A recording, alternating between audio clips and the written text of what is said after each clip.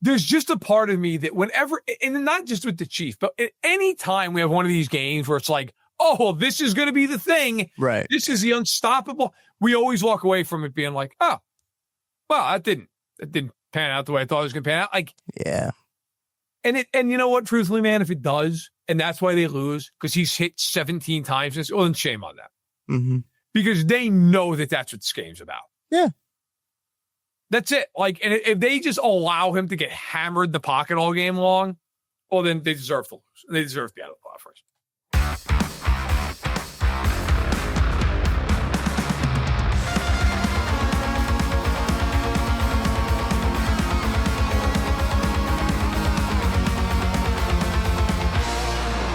It's that football show here on KC Sports Network. Tucker Franklin hanging out with Matt Verderame, getting you ready to go for Chiefs Texans big Sunday night football matchup at Arrowhead Stadium. Thank you to our partners, Ben Holiday, Bottle and Bond Bourbon, for making this show possible. Matt, how you doing? I'm doing fine. I think I might need to load up on some Ben Holiday and Bond bourbon. I think I really, the Holiday bourbon might need to be on hand for that game. Because even if they win the game, very low chance that I'm just going to walk away and be, you know what, that was really just well played and enjoyable and really showed up and played just a full 60 minutes. Like, right. If 2025 has taught me anything, that's probably not going to happen. Happened a few times this year. Happened against the Raiders, but the Texans aren't the Raiders. Right. Pretty much happened against the Ravens. But, you know, I'm prepared for what can only be described as just a death struggle for about three. Because I don't think the Texans have the offense to blow them out. Right. But they're good enough. Like, they're great enough defensively. I don't think they're getting blown out. The only way this game's a blowout is one of these teams just has like 5 turnovers or something. And it's just one of those, like, 14 points off of like defensive scores or whatever. Right. Yeah. But, to answer your question, how am I doing? I'm doing fine. How are you doing? I think I'm all good. I think I'm okay. Yeah. I mean, we're getting it by. To tell you the truth, I don't really feel great about this game, Matt. The more I think about it and the more I break it down and look at kind of the insights and stats, I like to look at those from Next Gen Stats and NFL Pro. It doesn't make me feel too stoked on the game. We got a lot of snow in Kansas City. I had to shovel my driveway for the first time this year. I did that over the weekend. Yeah, we got 4 inches, which was way more than you usually get on the first snow. Oh, buddy, we got 16. So, whoa, yeah. What? Yeah, I legit have sciatic pain after having to shovel that for 2 hours. It was heavy. It was a good time. Right. You gotta do that in layers. You can't do that all at once. Yes, you can. Oh. And you end up with a recurring back injury. That's what happens. Yep. It was not fun. It was. I do not recommend it. Yeah. It's my own damn fault.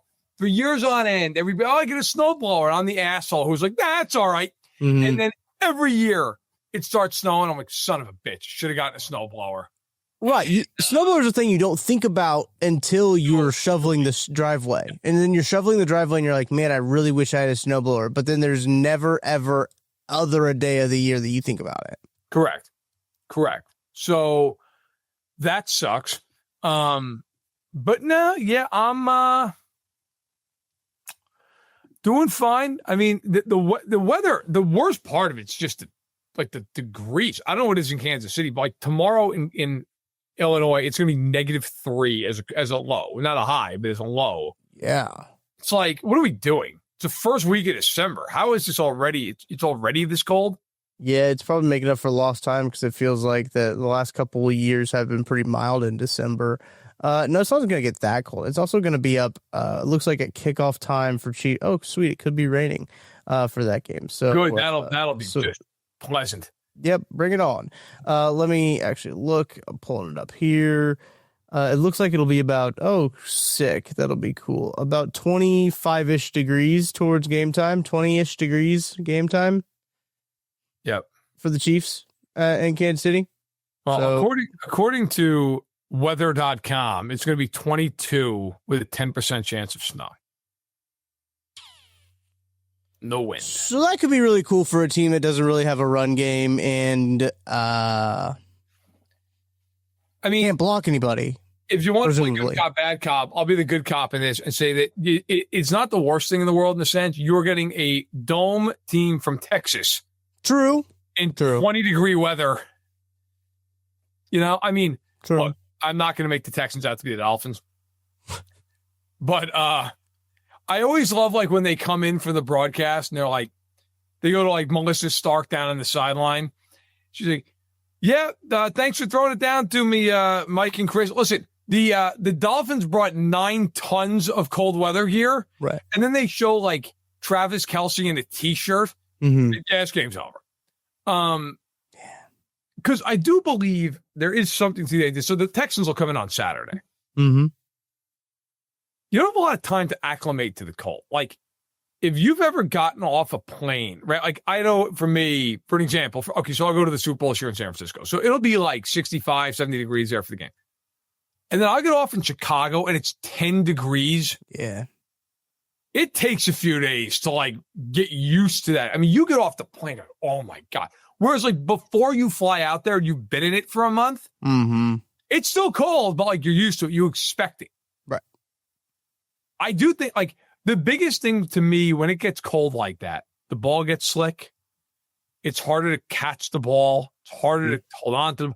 That's an advantage. I could see this being a game where maybe the Texans have a drop or two in this game. Maybe they fumble the ball once or twice. Right. Because they're just not used to it. You're not dealing with that in a dome in Texas. You're never dealing with that. Where you are dealing with that in this game. It's the first cold weather game Chiefs will be in this year. Yeah, it's true. Last time I played at Arrowhead Stadium, it was beautiful. That Colts game was phenomenal football weather. It was a great. Yeah, it was great. It's now not. It is going to be cold. Every game that Chiefs play from here on out is going to be a cold one. Be interesting to see as the Texans bring in I tweeted this out before we started recording. The Texans bring in the number 1 scoring and number 1 total defense team. Other than that, they suck. Yeah, other than that. Yeah. How was the play, Miss Lincoln? Patrick Mahomes is 5-1 in his career against either the number 1 scoring or the number 1 total defense entering week 10 or later, Matt. I don't know if you know this per Next Gen Stats. He is 2-0 against teams who rank first in both entering the matchup. So Patrick Mahomes pretty good against good defenses. Who would have thought? The last concern I have in this game, and maybe it comes to pass, is Mahomes. 100%. He is if I have to see one more fucking bozo on my Twitter account who's hey, you know what the problem is? It's 15. That person needs to be put on a raft and just pushed out to sea and never be seen again. Look, buddy, I can list, I'm not kidding, 30 things that are wrong with this team before I get to Patrick Mahomes. And that's conservative. 30's easy money. And then we start getting into it's nonsensical. Has he had bad games? Yeah, the Bills game, he played like shit. But they all played like shit in that game. I mean, other than that game, I can't think of any game this year where I've been he was one of the driving reasons they lost. I didn't love the way he played against Denver, but I'd argue there are 5 reasons bigger than him in that game why they lost that game. And most of the year, I feel he's been great. The Dallas game, it was spectacular. What else is he supposed to do? Right. I'm not worried about Mahomes. Mahomes is going to be fine. If by some miracle of God they can block, which by the way, that would be proof of God in this game if they can block. Yes. If they can block, he'll be good in the game. Even with the fact that Houston has a great secondary with Stingley and Petrie and Lassiter and all these guys, he will not be the problem. The concern I have is that this is Super Bowl 59, which I know I'll cede the floor to you because I know that's kind of your feeling on this. But that is my concern, at least in relation to Mahomes. Look, as we record this podcast, we don't know who's going to start at right tackle. Josh Simmons was placed on injured reserve. He's out for the next 4 games, which is all except one of them. So he's out for the rest of the regular season. He did have surgery on that wrist. Trey Smith still is dealing with, what is it now, a back and ankle everywhere. It's his ankle. Just ankle now? Okay. And as we mentioned, Jawan Taylor with the triceps, those guys didn't practice on Wednesday. We'll see how things develop. What I didn't necessarily love from Andy Reid is when I don't know if he was asked or if he offered this up. If he offered it up, that's kind of wild.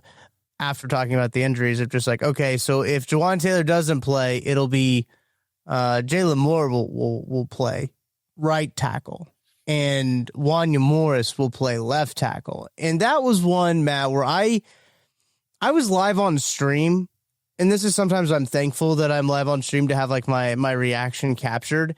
And I was actually live on stream trying to type out a tweet, a quote tweet of Charles Goldman's tweet of Andy Reid's quote. And I went through about 6 or 7 different tweets of just like, what the fuck? Huh? What? That doesn't make any sense. I don't know. And I think I landed on RIP 2025 Chiefs season.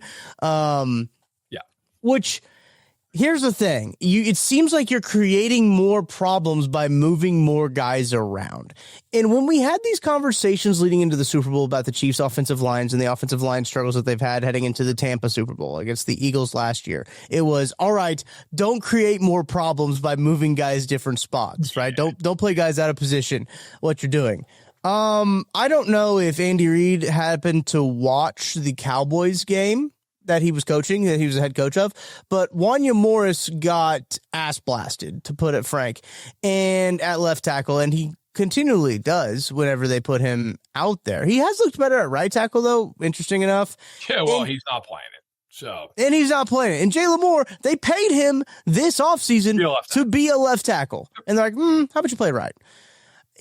Matt, does not make a whole lot of sense to me what they're trying. And Caliendo's whatever, right? Caliendo is like, that's who your swing guard is. He's going to get absolutely boat raced on like 5 snaps and like you just accept it. Caliendo's Caliendo at that point. If Trey Smith doesn't play, this is what's so frustrating to me. And I talked to you about this before we started recording. And I think Kent Swanson talked about it a little bit on the KC Laboratory. Like, this kind of, to me, has Super Bowl vibes to it. Both of those Super Bowls that I brought up, the one against Tampa, the one against the Eagles most recently, right, where we're trying to convince ourselves that, like, well, they could probably do this and they kind of make things better. I'm not fool me once, shame on you. As George Bush said, fool me twice, can't get fooled again. I'm not getting fooled again, Matt, by this. This third time around, I don't think I'm going to drink the Kool-Aid of, okay, well, they can scheme some stuff up to make sure the offensive line doesn't have to deal with a lot of this. They can run the ball. They can do screen passes. They can do quick passes. I'm not buying that this time around. We have not seen anything from Andy Reid to think that they can do that this time around. This is maybe the lowest I've been on the collective offensive line since that last Super Bowl. I've said this a lot of places. This game does not give me the warm and fuzzies, Matt. I look at this matchup, how they all match up, specifically in the trenches, specifically there with how good the Texans defensive line is going up against a hodgepodge group of offensive linemen for the Chiefs playing out of position. It seems like a recipe for disaster. Yep. It does. All right, that's that football show. Thanks for being here. No, I mean, look, I don't care who you are, who you root for in this game. Like, to sit here and say that, oh no, they're going to just be fine to tackle. Like, right. Let's be honest. It's bullshit. Like, they're not going to be fine to tackle in this game. They're not.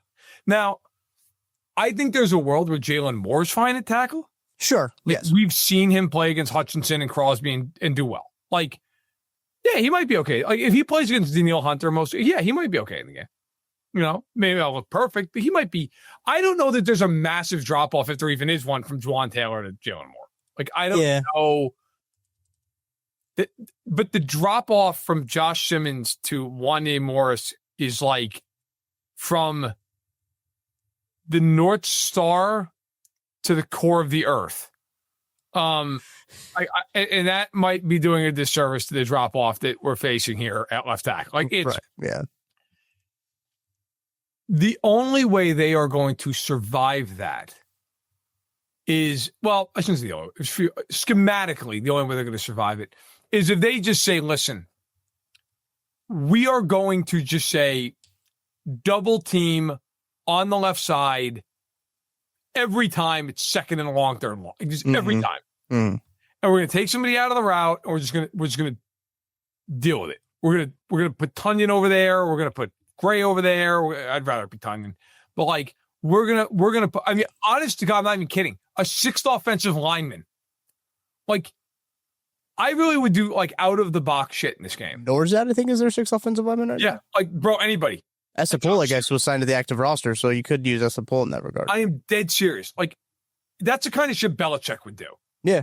Like, here you go. You're not beating. Like, I would legitimately, by the way, if you can't run out of that, you ought to give up.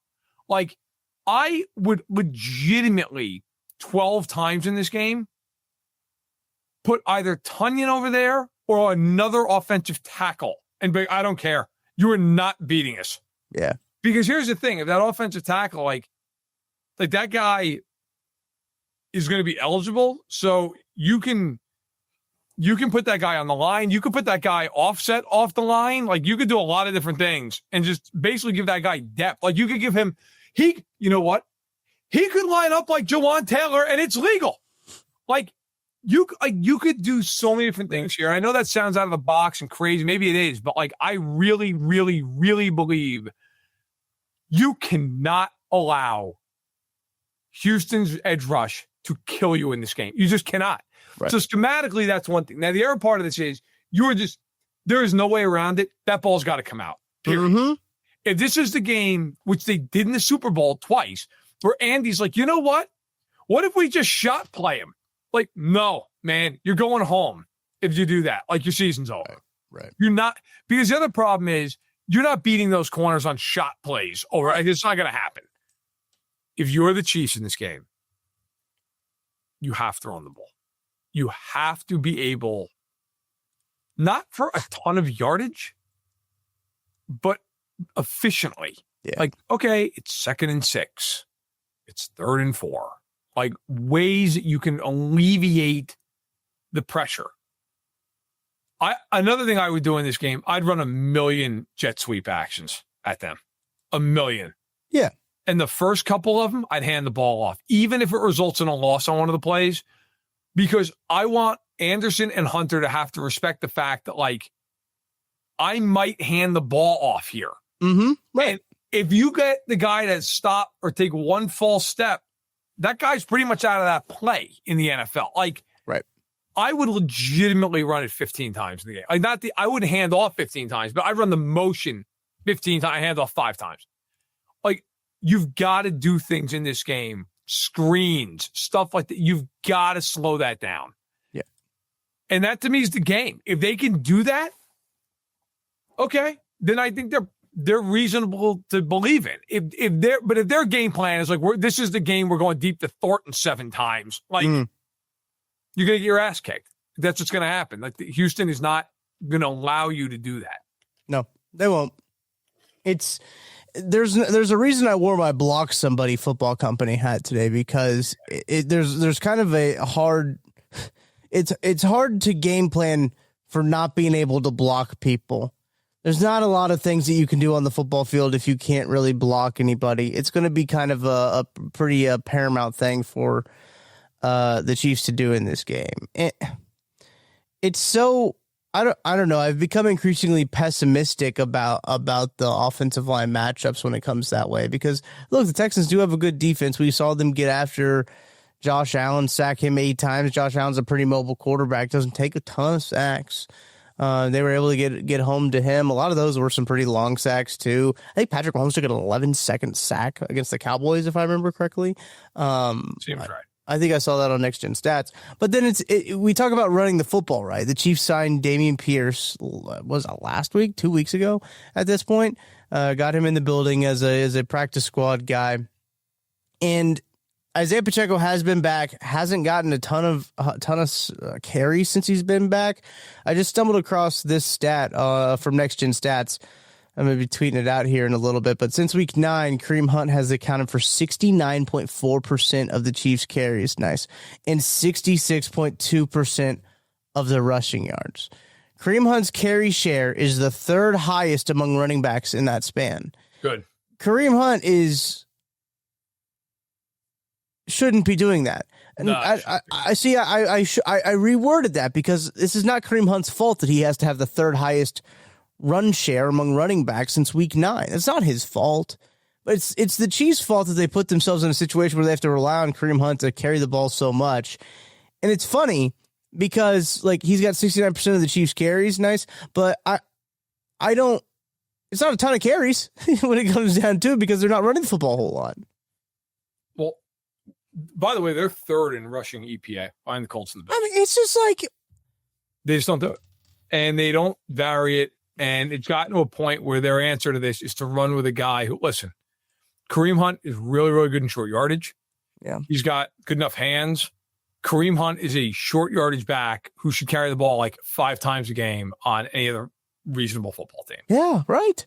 I was saying this to you off air. Like I was watching highlights for I don't know what reason. The 2018 AFC title game. Just to, I don't know, look at that offense again. And Damian Williams looks like Walter Payton compared to their current running backs. Like it's just it's jarring. Spencer Ware looks amazing compared to every running back they have in this team. Like Spencer Ware is just a guy. And Damian Williams was Walter Payton in the playoffs. It was normally just like a run-of-the-mill player. Look, man, I mean, the concern I have in this game is a concern I've had all year long, and I think we've all. It's just like you never know with this team who the fuck's showing up. Yeah, right. What's it going to be? Is it going to be a team that like has some discipline and takes 4 penalties, or are they going to take 12?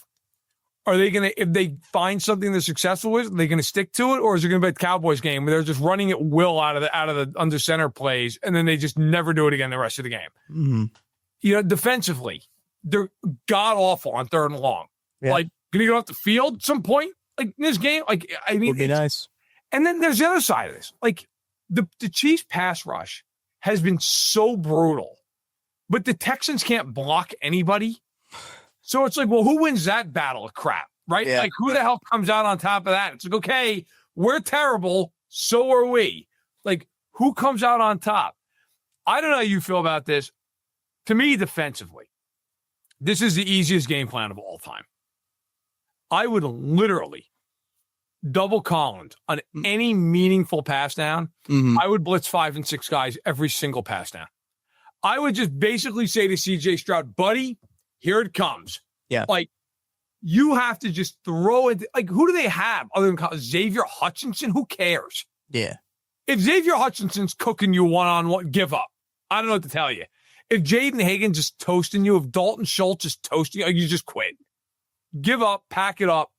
And it's not even like you have to worry about Stroud running. Like Stroud this year, he's been all right. He's rushed for 189 yards. Right, yeah.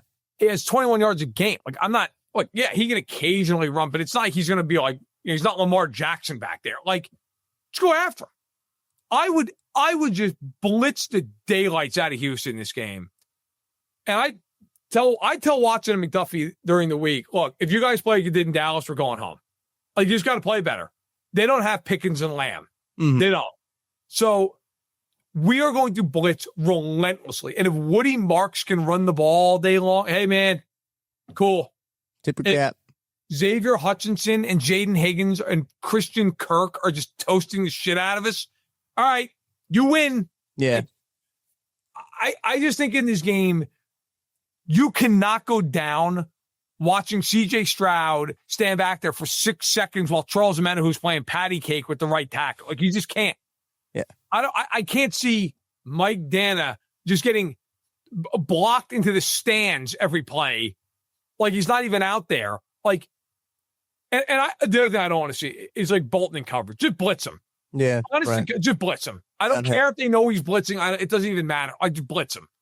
And if you lose, you lose. But I think defensively, you have to go in with the mentality in this game of we need to get pressure and we need to try to force some negative plays in this game. Mm-hmm. If that's a penalty that they take, if that's a pick, if that's a forced fumble, if that's a big incompletion on 3rd down, like whatever it is, you've got to force like meaningful plays in this. It can't just be, oh, we got him to 3rd and 7. Great. Well, that doesn't mean shit with this team because they can't get off the field. So You need to do something. And not, they sit back in this game. Stroud's too good, man. Even though they have no receivers outside of Collins, like he'll beat them. I just saw this stat from Next Gen Stats here. The Chiefs' outside corners have played press coverage on 47.8% of the snaps this season. That's the highest in the NFL, and 8.6 higher percent than any other defense in the National Football League. They average just 4.1 yards of cushion to opposing receivers, the fewest in the league. That would be Nico Collins. He's only faced press coverage on 41.9% of his routes in 2025. That's the third highest in the NFL. Against press, he's tied for the most targets. He's tied for the second most receptions and has the fourth most yards.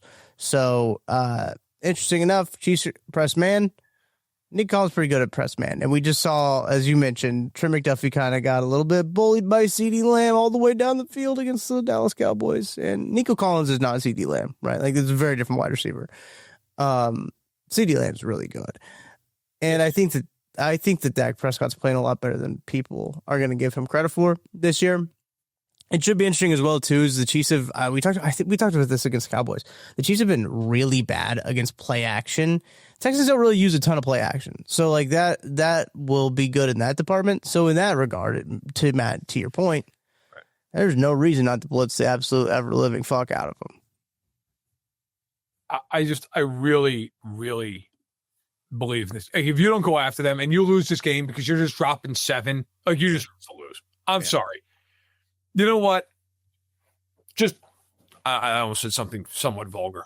Par for the course here. Yeah. It was going to be more than par for the course. Like, just get in your bag and go after the other team.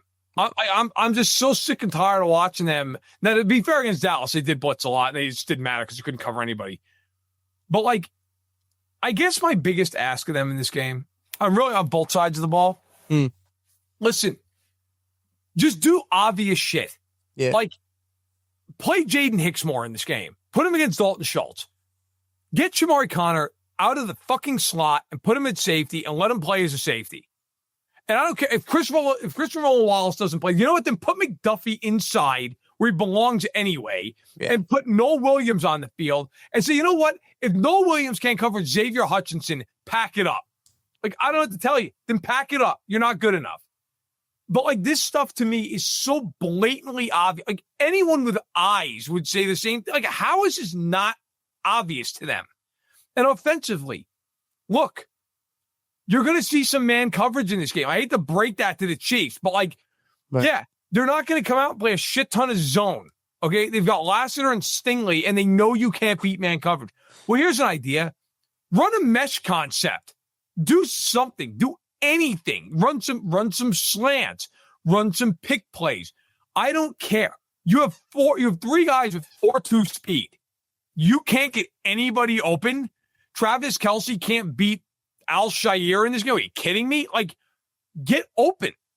I mean, this is like day one shit. I said this to you before, and I think I've said this on air even recently. Like, my job at Sports Illustrated is to watch all 32 teams. Now, I'm not going to insult anybody's intelligence, but yeah, I've been breaking down a lot of Falcons film the last 2 weeks. Like, right. Yeah. They're not in the NFL anymore. They're terrible. Mm-hmm. But I got to tell you, I watch teams every week that would kill for Kansas City skill position players that scheme guys open all the time. All the time. And the Chiefs treat this like it's a Rubik's Cube. Like, oh, my God, I had no idea you could get this guy open like that. Like, this shit's not that difficult. It really, like, I mean, it is for like you or me, but like for an NFL head coach who's got rings galore, not that tough. Really isn't. Like, this is where, to me, in this game, listen, another part of this game, roll Pat out, roll the pocket, run boot, do these things, use play action yourself. Like, do those types of things. This is obvious stuff. Like, it's stuff that I feel like they just leave on the table every week. They don't do it. And that also goes, listen, I think Mahomes has been great this year by and large. That also goes for him in this game. Listen, you're 3rd and goal at the 9, and it's 3-3. Buddy, if nobody's open, throw it to the moon. Man. Like, you cannot get picked off down there. You just cannot in this game. Like, every point matters. You need to be aware of that. And that goes, for all these, like, you can't take a pre-snap penalty. You can't do all this dumb crap. Like, The problem is that they've made a living off of that all year long. Everything I just said has been crap they've done all year long. So, how much confidence do you have in them not doing it? I don't know. Right, that's the thing. Is this game is so important for them in terms of like their playoff life. But we've talked about that for the last 4 fucking weeks, Matt. Right. And like what's it gonna take? What's it gonna take at this point? Ken said this on Monday's Lab, and I think he's right. Where's the switch? Like we're foolish at this point to have it's week 14 to have 12 games of data. This team is 6-6, and to think, oh yeah, they'll just turn it on and win a Super Bowl. They'll just turn it on and make the playoffs. There's 6 wins, 6 losses, 12 total games that we have a sample in front of us to show us that, hey, maybe they just don't have it this year. Yep. Maybe that part of it is just not there. And you know what? That's okay sometimes, but I'm tired of putting my hand on the stove and it's still being hot, right? So that's kind of where I'm at. Why am I going to think for the 13th time this year that the Chiefs are going to turn it on? The Chiefs are going to turn it on and everything will be okay. It'll go back to the good old days of where Patrick Mahomes was slinging around the yard, making everything happen. The defense was getting stops when they needed to. Spags was doing to dial something up that absolutely no quarterback would ever think of. In the right time and basically seal a game off. And Patrick Mahomes would put together a game-winning drive where they had an offensive line that blocks really well. Why would I think that? Because that has not happened at all this year. That's foolish for me to think that at this point. Yeah, I mean, you're right. You're right. I mean, at this point, if you believe in this team, it's because of their pedigree and it's a little bit of blind faith. I mean, that's what it is at this point. Because there's no evidence that they're going to go out against Houston and play the way they should play. There's a mountain of evidence that they're going to go out and do everything they can possibly do to lose the game. Just one big mistake after the next. And you're right. Like, I have sat here all year long, whether it's been on this podcast, my own podcast, anywhere, radio spots, and been the guy who's been like, look, they're the Chiefs. They will figure this out. Like, we've seen them struggle before. They'll be all right. Early in the year, it was a lot of like, well, they don't have Rice, they don't have Worthy. Mm-hmm. I mean, at some point, you're what you are. Like, at some point, you just are what you are. And they have been, they've been a disaster. Like, they can't get out. They just bumblefuck through every game they're in. Even when they win half the time, you walk away from it being like, oh my God, like it took, every ounce of energy they had a Colts game to win. Listen, I mean, I'll say this. I think there's absolutely a world where they win this game. Sure. I am not the guy who's like, I don't think they can. I think they can win this game. I don't think they can blow them out without causing like a bunch of turnovers or something. Like, that would be the way. I even like, bet your mortgage on it. I think I would even pick them to win the game just because. Interesting. Well, they're at home where they've been really good this year. They have been. That's true. It's in prime time. And they do have a rest advantage in the game. Mm-hmm. And there's a part of me that feels like everybody spent the whole week, understandably, like rightfully, looking at this tackle matchup and just going, oh my God, and like, I get it. But it's almost so unbelievably obvious that it's like, they have to be accounting for this. Like, how could they not be accounting for this? And I know, at least believe me, I'm having the same thought you're having. Like, I know. But we talked about this off the air. This is why I feel the way I do. They played this team twice last year. They played them week 16, and they played them in the divisional round. I covered that game in person. And normally, even year to year in the NFL, you get like a third of the roster turned over. So there's, it's hard to kind of compare year to year. Guys are hurt and what.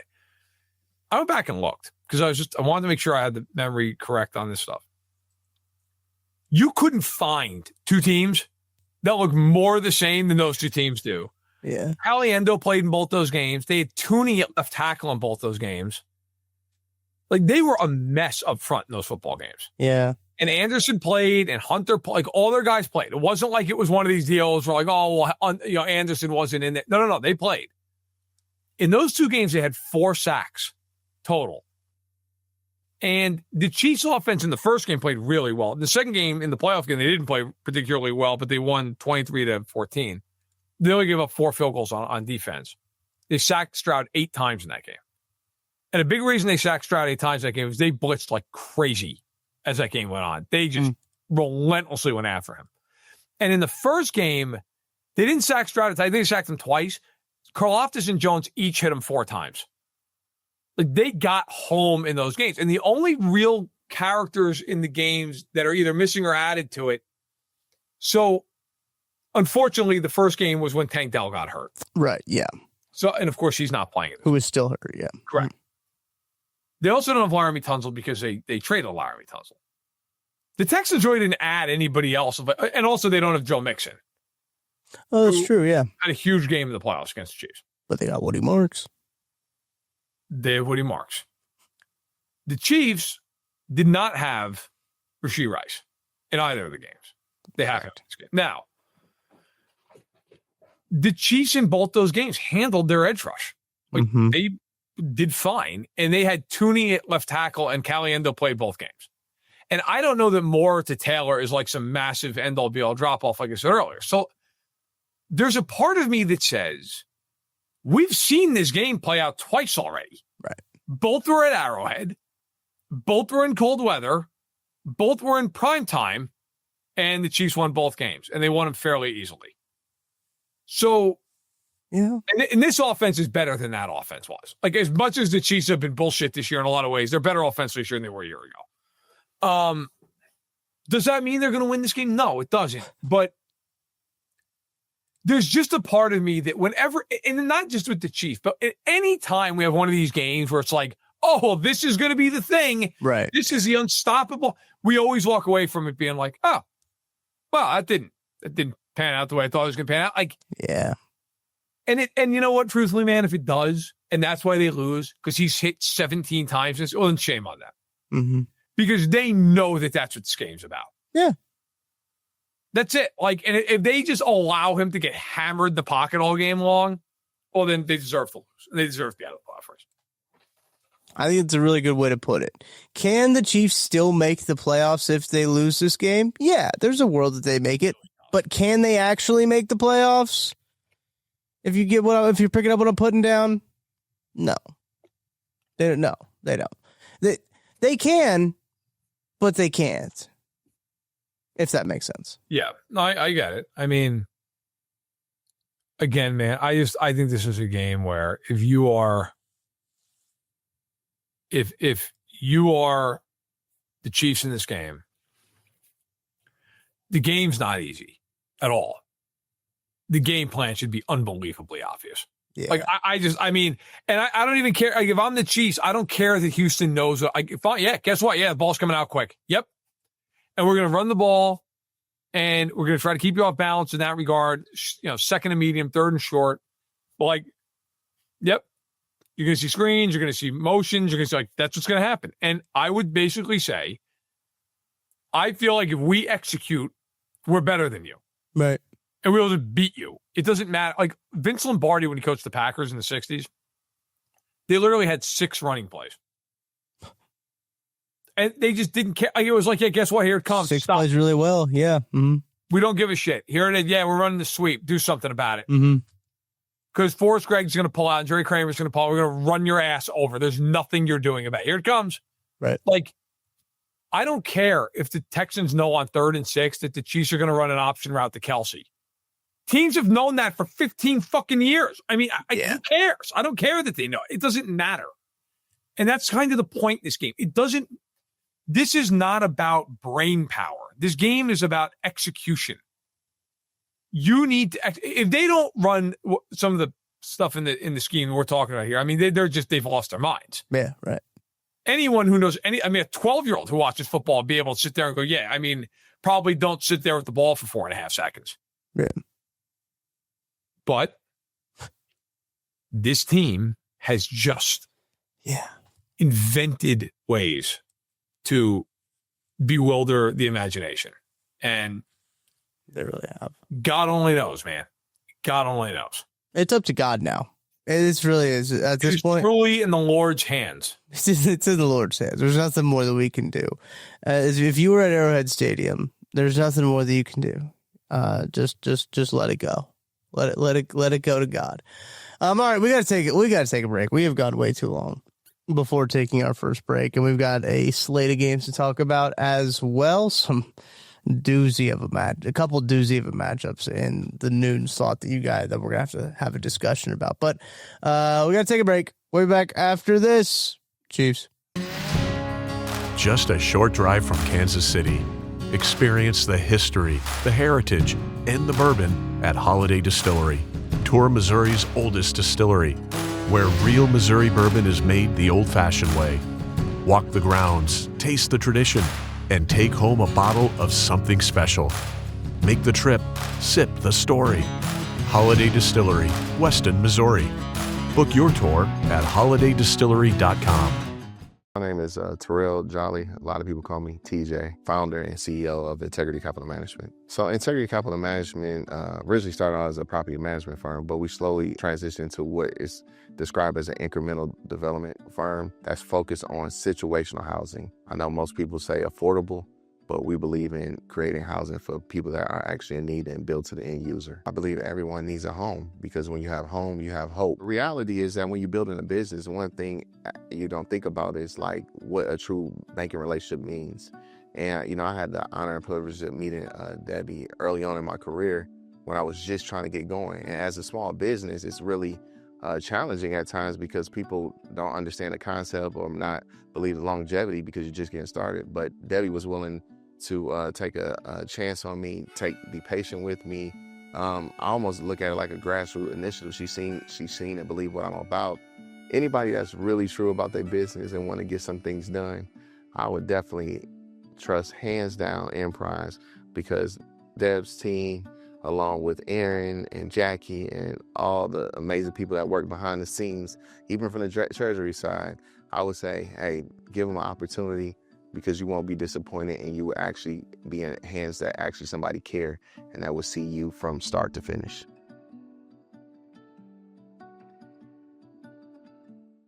Missouri, your moment is finally here because DraftKings Sportsbook, America's top-rated sportsbook app, is now live in your state. Now you can make every game even more exciting with same-game parlays, money lines, props, and more, all from your phone, all safe, secure, and easy to use. Missouri fans know game day. The tailgates, the noise, the passion. Now with DraftKings Sportsbook, you can bring that same energy to every snap, every touchdown, every win. And right now, new Missouri customers can bet just $5 and get $300 in bonus bets instantly. No waiting, no nonsense, just pure action powered by America's top-rated sportsbook app. Download the DraftKings Sportsbook app and use code KCSN. New Missouri customers bet just $5 and get $300 in bonus bets instantly. That's code KCSN. The crown is yours. In partnership with DraftKings Sportsbook. Gambling problem? Call 1-800-GAMBLER. 21 plus, physically present in Missouri. Eligibility and restrictions apply. Terms at DraftKings.com/sportsbook. Bonus bets expire 7 days after issuance. For additional terms and responsible gaming resources, see sportsbook.draftkings.com/promos. All right, week 14 slate, Sunday slate looking here. The noon slate, as I mentioned before the break, Matt. Titans at Browns. Dolphins at Jets. That's going to be a split screen. Titans at Browns might start civil war. Yeah. A little North versus South action, the sequel, but this time just over the worst football game I've ever witnessed. Right. I can't wait for the takes on certain corners of Twitter when Shedeur Sanders throws like a 12-yard swing pass that gets like 20 yards after the catch. Well, the Browns did activate Deshaun Watson. I don't think he's going to play, but like they opened the window for Deshaun Watson. I love that they did that. I saw that and was like, you know what, guys? Kudos to you. Could have just let that one go. I was going to say, can I be honest? I forgot he was on the Browns for a second. So did he. Mm-hmm. Like, what are the odds he got that news? I was like, what? Hey, yeah, we see you on Monday, Deshaun. Oh, shit. Really? Now I got to go back. Again? Like what a friggin' oh my I would just pulled up the NFL preview. How the NFL does those previews, right? And they all like pick the games. There's one person that picked the Titans to win. That person's brave. It's Adam Rank. That man. That man is out on the skinniest of limbs over the highest of purchase. Yeah, 14-13 is what he has them taking it at. That score I can get behind. That Yeah. Right? There's some pretty good scores here. Let me run through them for you here. 3-2. Daniel Jeremiah 17-14, Colleen Wolfe 10-3. That's a real For Colleen. I know Colleen a little bit. Hilarious person. That's a good one. M. Grant, I apologize, Mr. or Mrs. Grant. I don't know who you are. 17-14. Bucky Brooks 7-0 Browns. That's fair, honestly. Adam Rank is 14-13 Titans. Maurice Jones-Drew is 13-6. G. Gordon is 23-5. Nick Shook is 17-13. Ed Edholm or Eric Edholm? Yeah. 19-13, and then 17-13 from Can we look, there's no reason to talk about that game. That game is fake. No, not at all. You know how many touchdown passes Cam Ward has this year? Oh, this is a really good question that I don't think I know the answer to, but I'm going to guess 11. 7. Ooh, how many picks does he have? 14? 6. Oh, he wouldn't have 14. 13. Nothing happens. Yeah. Just drops back, does absolutely nothing. And nothing happens, FC. Yeah, they're terrible. That game's going to be awful. The Jets and the Dolphins game is just absolutely brutal. Jets and Dolphins. I know that we had talked about watching that. It was not going to happen, guys. I'm sorry. Maybe I'll go live for it. I don't know. It'll be on my Twitter. And if Matt can get away from the TV to watch it, I'll hop in for Yeah, I'm sure I can invite him to the old Twitter live. But the witching hour of Jets. It's unbelievable. So these two teams already played. Was that was the game that Tyreek got hurt in, right? Yeah. It was a Thursday night game that broke. No, it was a Monday night game. Monday. God. Okay. Here's the thing. That was never going to be a good game. Why did they schedule that on Monday night? That was never going to be a good one. Yeah. It's going forward this year. Ooh. Monday nighters. So we got Philly and the Chargers this week. It's a good game. Yeah. Oh God. Next Monday is Miami at Pittsburgh. On Thursday night is Atlanta at Tampa. And, oh my God. And the Sunday night game is Minnesota at Dallas. That's got to get flexed. It's too late, man. It's not getting flexed. No. Right? Because I'm just waiting. No, I guess it could flex it next week. What would they flex into it? So, the options would be, oh, Christ almighty, the Chargers and the Chiefs. Yeah, that's going to get flexed, isn't it? Yeah. It's a noon game. Actually, although it could also be Buffalo and New England. Oh, no, I think that game will get flexed over Chargers Chiefs. The only reason it might not is because they already played on Sunday night, those two teams. Detroit and the Rams, the Packers and the Broncos. God, it feels like one of those two AFC games, though. Like, you know what it is with the Chiefs? They're the Chiefs. Well, here's the thing though: if that game becomes really important, right? Obviously, if the Chiefs win on Sunday night, yeah, that game is massively important. And if they lose, it's not as important. Right. They can stay. Although I think it had to be flexed already. Yeah, if it's next week's Sunday night game, yeah, it'll be flexed already, right? Yeah. So would have had it. So Minnesota, Dallas, buckle up, everybody. Week 16. Oh no. Week 16 Sunday night is Cincy at Miami. Well, if Miami turns the ball over 5 times since he's got a shot. Now that's got to be flexed out for New England at Baltimore, right? I mean, or the Chargers at the Cowboys. Either one of those, you would think. Thursday night's a hell of a game that week. Los Angeles at Seattle. Oh. And then the Monday night is San Fran at Indy, which, okay, fine. And then we got, Oh man, I hope you're buckled up for week 17. How do you feel right down the windpipe? Rams at Falcons, Monday Night Football. Jesus. Who thought that was a good idea to begin with? That's just why, God, why? Right. And then like Christmas Day, we're getting Dallas at Washington games awful. Detroit at Minnesota awful. Oof. The NFL, well, I'll tell you, if you want here's a conspiracy theory for you. The NFL is looking at that Christmas Day slate, and they're calling up the officials union like, hey, guys, make sure that game matters for the Chiefs at all costs because there's nothing else saving Christmas. Right. Imagine if they get 3 games that don't mean jack shit. Yeah, we're about to get 8 roughing the passer calls on Danielle Hunter in this game. Like, oh, yeah, he fell on him. He was in the area of Mahomes, Might be the first time a roughing the passer gets called when he doesn't even touch the passer. He was thinking about hitting him, Like grazing the helmet.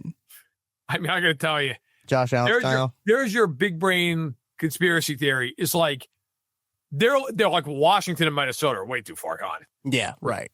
The Chiefs are the nightcap of this thing. Like, we've got to save Christmas.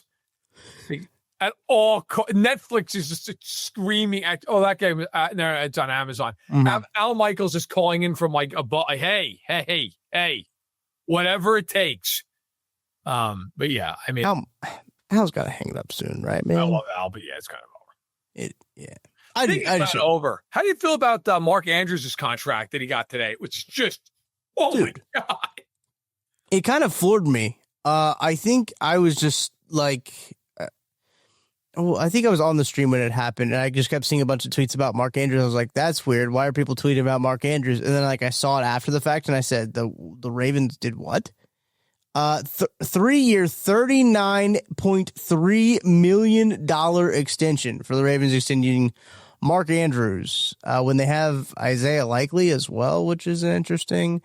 Isaiah Likely struggles to hold on to the football and stay healthy. Other than that, he's fantastic. Other than that, man, he's a really good football player. Yeah, I was kind of surprised that they gave Mark Andrews that much money. Are tight ends garnering like that much money now? Is that what just like a tight end goes for these days? Yeah, but like he's like 30. Yeah, like, yes. I'm not kidding. I saw a tweet. I'm like, I looked at the date. I was like, wait a minute. Like I thought maybe like it was one of those things like somebody like went back and retweeted to try to like catch people. Right. Yeah. No. Like actually, we're just like, no, let's do that. That sounds like why? I mean, Mark Andrews has had a nice career. Mark Andrews this year has played every game. It's not like he hasn't played every game. He has 332 yards receiving. Can you imagine if the Chiefs gave that contract to like Hollywood Brown? I'd lose my mind, I think. Mark Andrews is 30 years old. And like, yes, he still catches touchdowns because they go to him in the red zone a lot. Mark Andrews hasn't had 700 yards receiving since 2022. Wow. Like, what are we doing here? He played all 17 games last year and he had 673 yards. And before everybody, like, I know the argument is going to be, well, yeah, but now they're going to let Likely walk. So now he's going to get more targets. First of all, I mean, sure. Second of all, Isaiah Likely, if I had to see one more person tweet out like, man, can't believe he's going to get let go. Yeah, I can actually. Do you know how many yards he has in 4 years with Baltimore? 4 years. And by the way, he's missed before this year, 2 games. Yeah, so I saw a tweet going around earlier on Wednesday about how last year Isaiah Likely didn't have 100 yards receiving in a game outside of the game he played against the Chiefs, and where Nick Bolton was the primary coverage guy on him. All he's remembered for in that game is stepping out of bounds. But yes. So I would guess that you're talking about in his career, right? So he's played in 58 games. Oh, wow. What he's got like? Does he have 1,000? 1,484 yards. He's never had 500 yards in a season, and people are like, man, I just can't believe Baltimore's going to do that. Like, yeah, that's crazy. Who cares? Yeah. That's like if Noah Gray hit free agency. Like, what, Chiefs fans be up in arms? Like, oh, no. What are they going to do now? Like, who's going to catch 8 balls a season? Like, what? I mean, like, he's fine. Not saying he's a bad player, but like, he's the guy. Like, who cares? But the thing that floored me is you signed Mark Andrews long term. Are you kidding me? Yeah, Mark Andrews, put this in perspective. Mark Andrews' contract that he just signed, 3-year, $39.3 million, right? That was more than Travis Kelce's deal that he signed in 2024, which is the 2 years, 34.2. This is a team that just signed Rashad Bateman to 3 years and $37 million. Oh, God. And I don't want to alarm anybody, so I hope everyone's sitting down for these numbers. Rashad Bateman this year has played 10 games. He has 16 receptions in 10 games. He's the number 2 receiver on the team. That's not good. 16 receptions for 194 yards in 10 games. He's making $12 million a year. And the Ravens were like, you know what would be great? A 30-year-old tight end who's going to struggle to crack 500 yards this year. Yeah. Let's bring that guy back. Lamar Jackson should be picketing out front. Like, what? Honestly. Are you kidding me? Could you imagine if, like let's live in a world Kelce retired after this year. Could you imagine if the Chiefs gave Mark Andrews 3 years and $39 million? I think I'd lose my mind, Matt. Oh, my God. Like, why? Like, what, did Mark Andrews walk in there with a threat of he's got pictures of the front office or something? Like, right. Like, how the hell did he do that? That's unbelievable. Like, how are you signing this guy to that amount? Like, the only guy in that team that matters at all in the passing game is Zay Flowers. Oh, right. Yeah. He is it, man. And like, your answer to that was Mark Andrews to all, by the way, and I know they'll be like, well, you can get out of it after 2 years. Great. Sweet. Great. You better First, get out of it after about 6 games. Yeah. Yeah. That is just, it's like when the Bills signed Palmer for 3 and 36, right? And they're like, yeah, this is great. I'm like, I got to tell you, I don't think it's great. Like, yeah, he had decent numbers with the Chargers because they literally have no one else other than McConkey. Like, yeah, awesome. I don't understand these teams that sign guys who are just like either clearly an ancillary piece or well past their prime. Yeah. You know, like Mike Dana or, Nick Bolton. Like, hey, let's sign that guy for $15 million because he does one thing well, and it's like the least important thing on your defense. I don't understand, but luckily for the Chiefs, they're not the only team that does this. So that's true.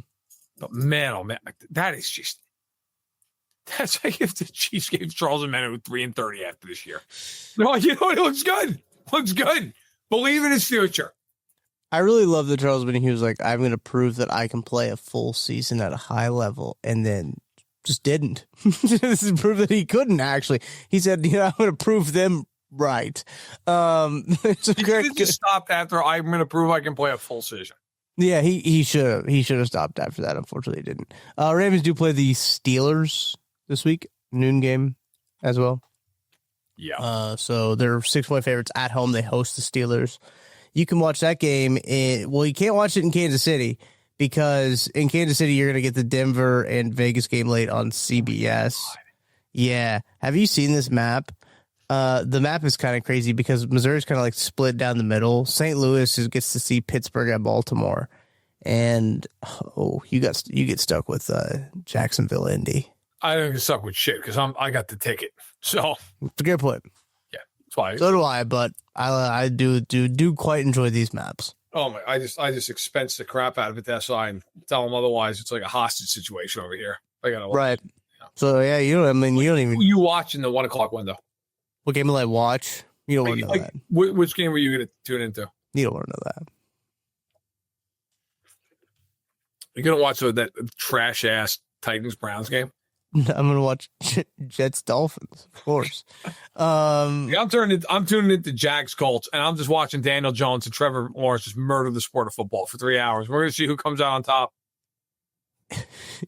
Yeah. Well, so the Bills and Bengals play in the noon window too. Like that should be actually a really entertaining game. Yeah, that should be entertaining. good God, the noon slate is kind of buns, though, isn't it? Now I'm looking at it. It's got like 3 really important games, though. It does. No, you're 100% right. I can't watch the Steelers, dude. I can't do it. No. I tried to watch that Bills-Steelers game, and I got through half of the game. And I just can't, like, there is nobody, and I promised anyone, I can already see the comment in the chat after this show goes live. This has nothing to do with this political stuff. I genuinely don't give a shit. Aaron Rodgers is the most unlikable human being on earth. Yeah, he's been that for a very long time. And it's like, I don't care. I don't care if he's like Joe Conservative or like Larry Liberal. I don't care. I don't give a shit. Okay. He is like, he's always kind of been a guy who's like willing to like make an eye roll or whatever. It's gotten to the point where he will brazenly miss an open receiver by 15 yards and just start screaming. Yeah, right. Like, Aaron, buddy, you missed DK Metcalf, who's the size of a house, by 10 yards, and you're just like throwing your hands up and doing all these gesticulations, and freaking out.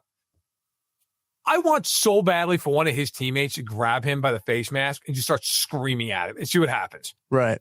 You know, like, what would happen if DK Metcalf just threatened to like just punch his lights out on the sideline? Like, what happens? Like, does Aaron Rodgers take off his kazoo helmet and like threaten him? Like, what happens? It's just, can you imagine being on that dude's team? No.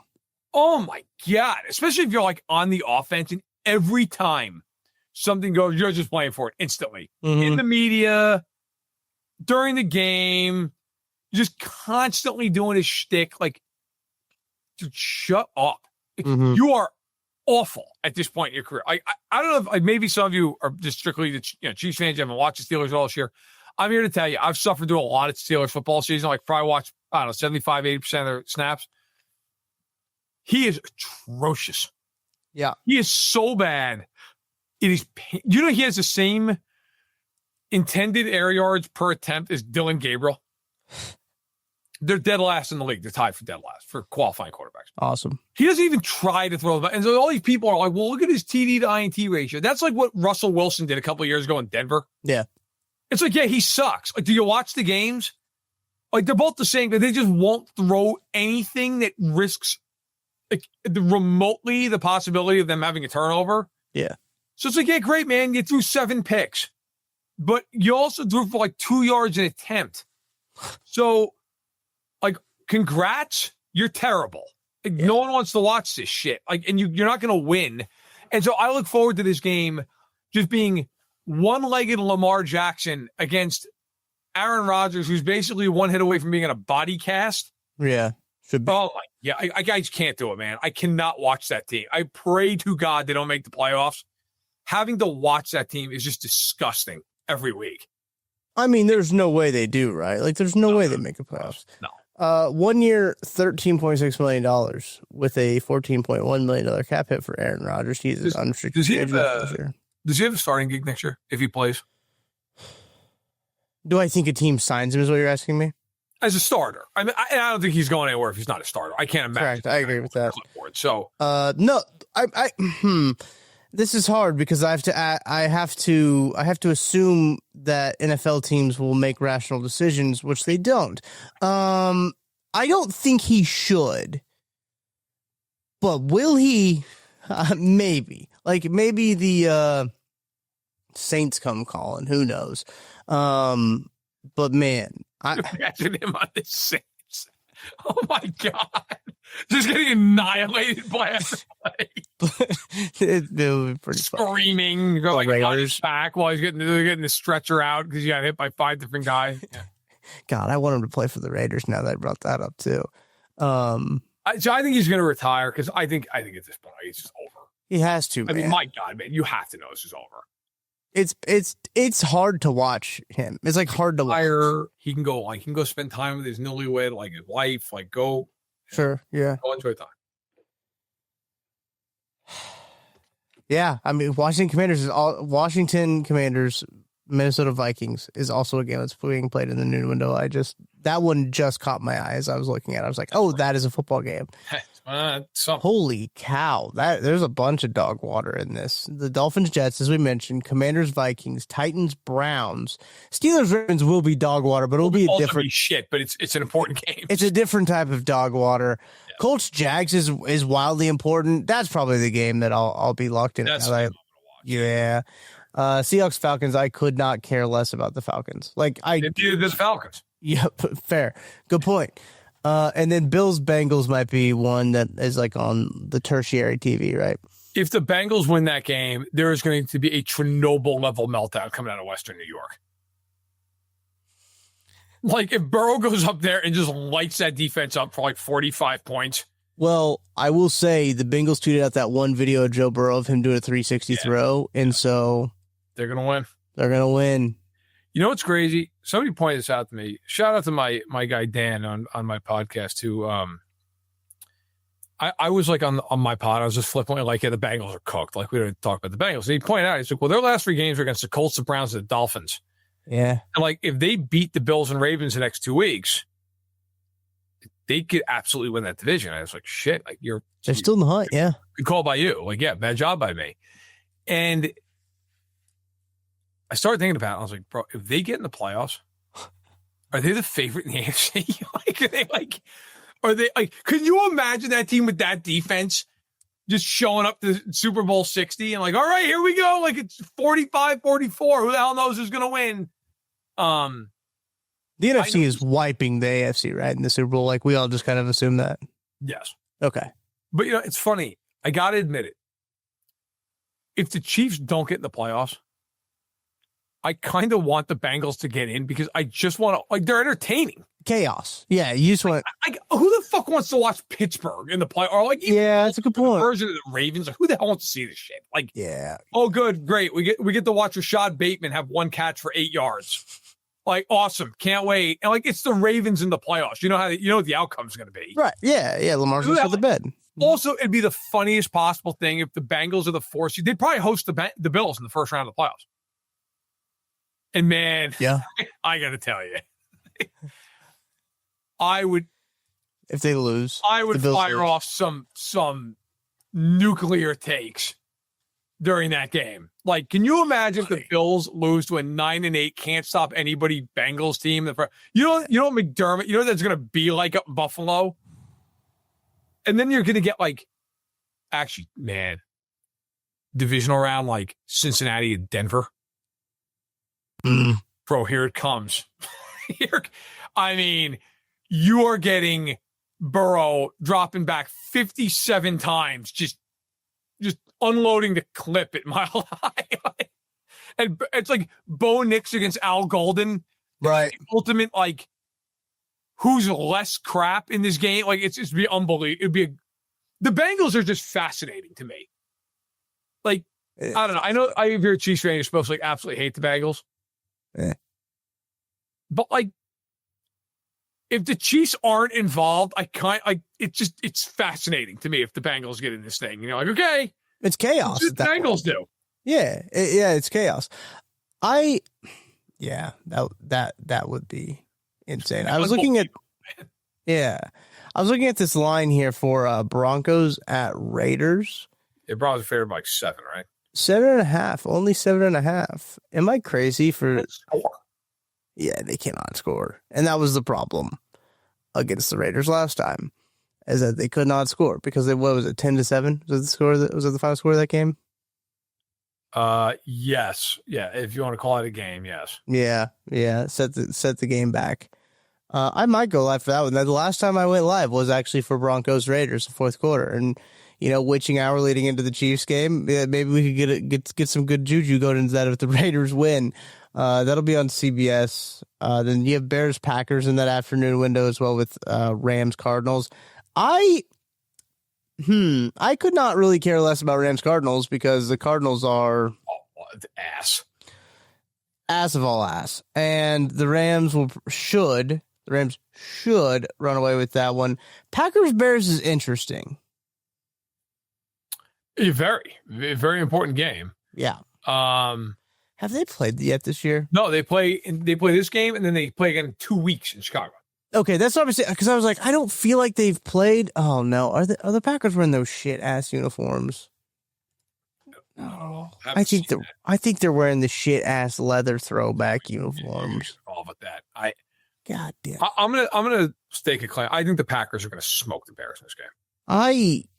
Here's something that I want them to, because I'm tired of the Bears thinking that they're good. They're not. Okay, fair. And I don't really give a shit about the Bears, but fair enough.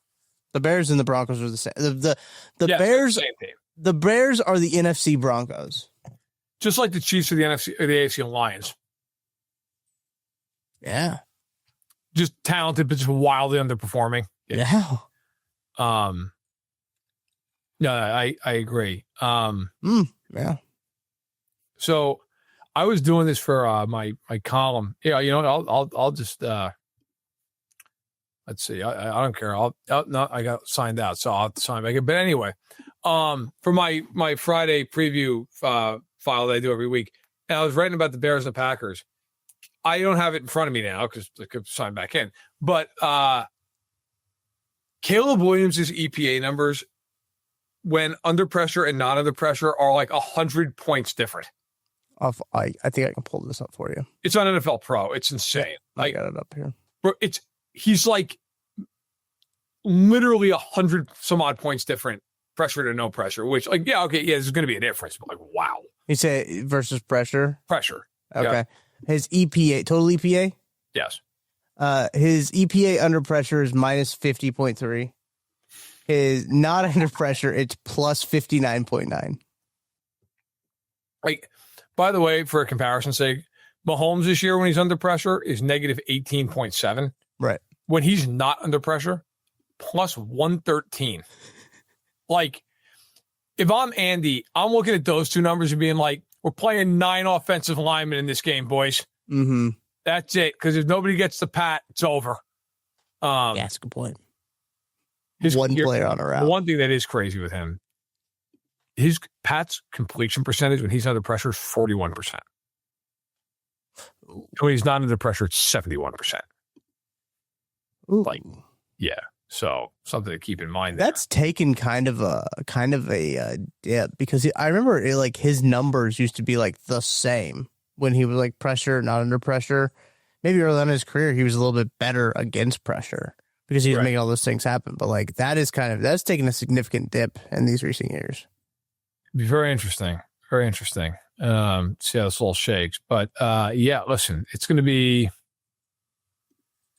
By the way, for anyone who's curious, since we're on the topic here, but yeah, I bottom line, just to finish it off, yeah, I think the Packers are going to win that game because I don't know if anyone's aware, but Micah Parsons is pretty good, and I trust the Packers' talent more than I trust the Bears' talent, especially in Green Bay.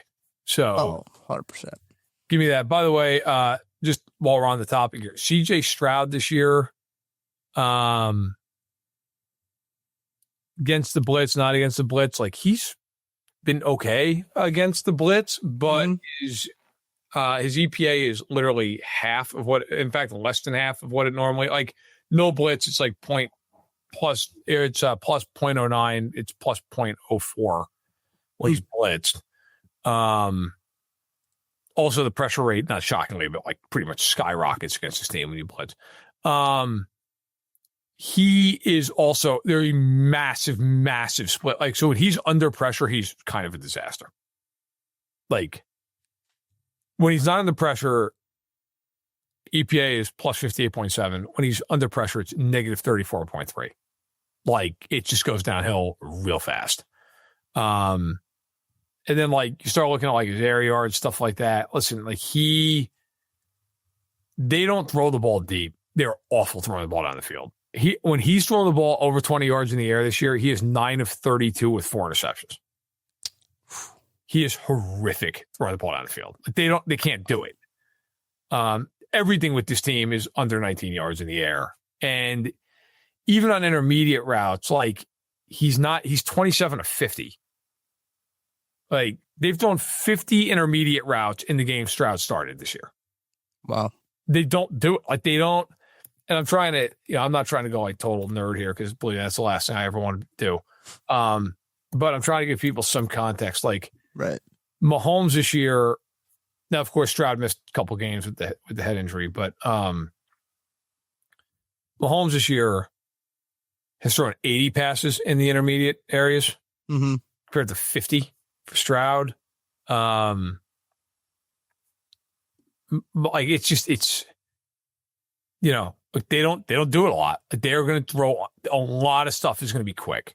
It's going to be underneath, you know, and that's going to have to be where the Chiefs kind of thrive. They have to do some stuff. And to your point, by the way, they don't use play action at all. Yeah, right. He's thrown 70 passes out of play action all year. So that's not. Yeah, it's going to be an interesting slate. The Green Bay game is definitely the best game in the late window. Mm-hmm. And then, of course, Chiefs on Sunday night, and then the Chargers and Eagles on Monday night. Yeah, it's not a horrible slate. There's a lot of good important games in it. Yes, it is. Last thing before we get out of here, Matt. I had done some digging. I talked about this on the stream that I do Tuesday, Wednesday, Thursday. I talked about this on Tuesday stream from noon to 1. I did some digging into the Chiefs' alternate uniform records. That's either white on white or red on red because those are like their alternates, right? Chiefs this year, really what started this is me looking up white on white this year. They're 0-2 because they were on Thanksgiving. They were against the Jags. Great look. I was going to say, I hate to see that. Unfortunately, 0-2 this year. I went and I looked this up game by game. You know the last time they wore red on red? Off the top of the head, off the dome? Wild. Oh, my God. Red on red. They look like ketchup bottles when they do it. I know Mahomes has worn it. He has. He's worn it. He's actually worn it 6 times in his career. Okay.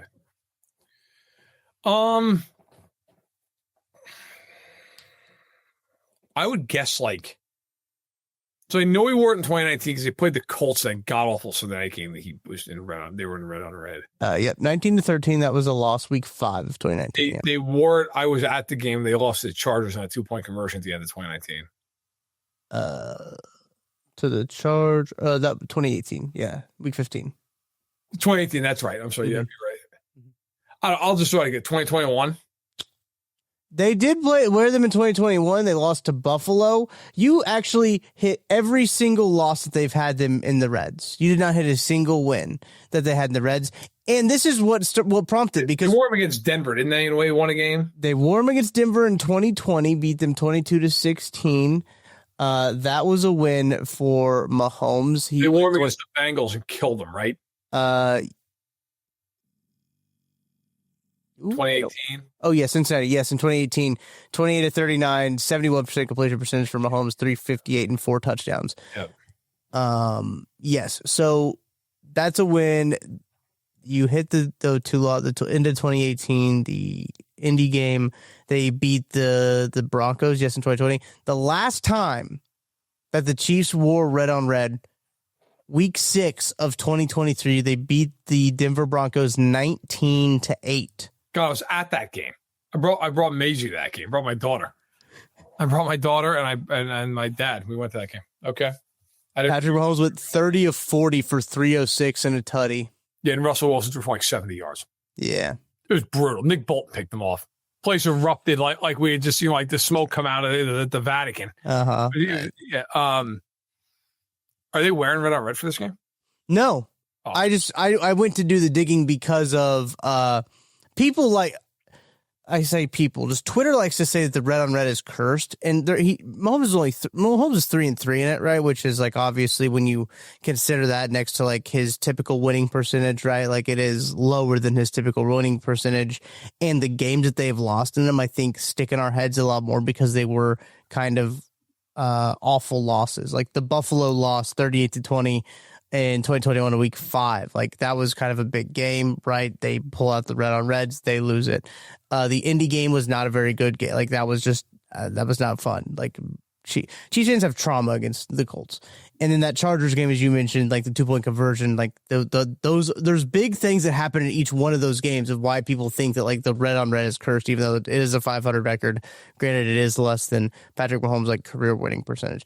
On white, though, Patrick Mahomes is 7-4 with 2 of those losses coming this year. Usually white on white, he's been pretty money. But 2 of the losses coming on white this year, I think is a bummer. Also interesting enough, by the same score, 31-28. Not good.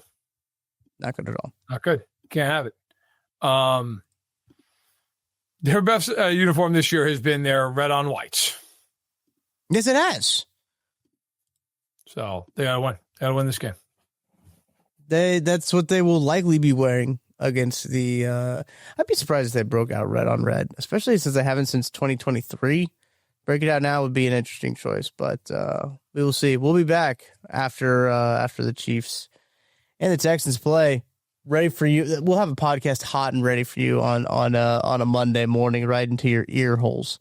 We'll shove it right into your ear holes is what we'll do. Yes. On a beautiful, hopefully exciting day of football.